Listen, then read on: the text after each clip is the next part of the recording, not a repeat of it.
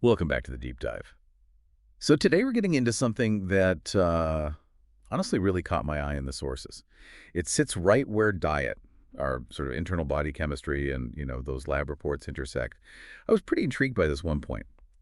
Lots of people try intermittent fasting, right? For weight loss usually.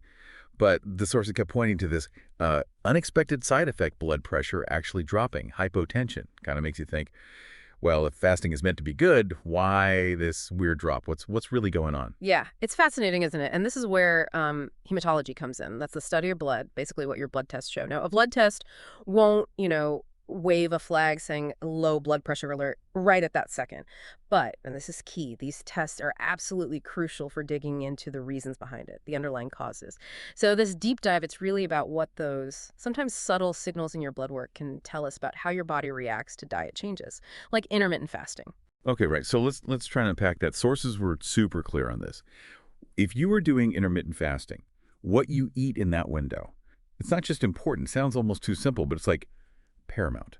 Because everyone focuses on the when, the timing. But the research hammered home that what you eat in that window, that's the real deal. It's not just about eating something. You need a balanced, adequate diet, all the nutrients. Yeah. Did the sources get specific about what often gets missed? Oh, absolutely. It's way beyond just counting calories. They really focused on, like, nutrient density, making sure you're getting enough electrolytes, for instance. Sodium, potassium, magnesium, they're critical. Even a small kind of chronic shortfall there, even with enough calories overall, could maybe nudge someone towards hypotension. And it's not just minerals. Getting enough good protein, healthy fats, that all plays into vascular health, fluid balance, which, links directly to blood pressure. People cut calories, and sometimes, maybe without realizing it, they cut out these vital nutrient sources too. And that connects right into hydration, doesn't it? Which the sources also really stressed. Hmm. It's not just drink more water, though. The way Yeah. they described it, it seemed more linked to that electrolyte thing you mentioned. Exactly. Think of your circulation like plumbing. Blood volume is key for pressure if you're dehydrated or if that electrolyte balance is off, maybe low sodium, low potassium, which are vital for fluids and nerves, your blood volume can dip. Less volume, lower pressure. Makes sense, right? The sources definitely flagged that longer, or maybe unsupervised fasting without really keeping up hydration and electrolytes. That can certainly lead to hypotension and other issues. It's a delicate balance. Which loops us back to those regular checkups. The research really recommended blood profile checks maybe every 3 months or so. And it wasn't just a casual might be nice. It was presented more like a proactive tool, a way to actually see if your lifestyle changes are working or if something's maybe going off track, like that blood pressure drop, before it's a big problem. Yeah. But what should people actually be looking for in those results beyond just the stuff that's, flagged red as abnormal? That's a great question, and it's really where the value lies. Our sources stressed paying attention to everything, every single result, not just the out of range ones.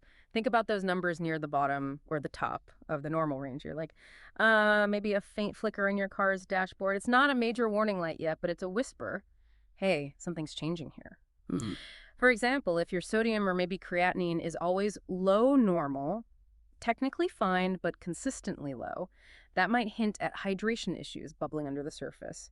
They're subtle but really important signals. They can guide you or your doctor towards adjustments, diet, lifestyle, maybe even medication if needed. Okay, so tying this all together for you listening.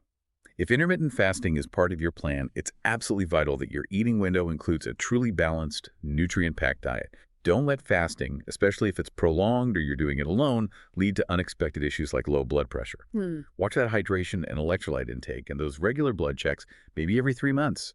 Think of them as your best friend for tracking how your body's really handling things. Precisely. The big takeaway here is just how powerful it is to pay close attention to all your blood test results. Even the numbers that seem normal, especially if they're hanging out at the edges of that range. They're telling a story. They're giving you critical clues about how your body is responding, letting you make those proactive tweaks. So maybe consider this.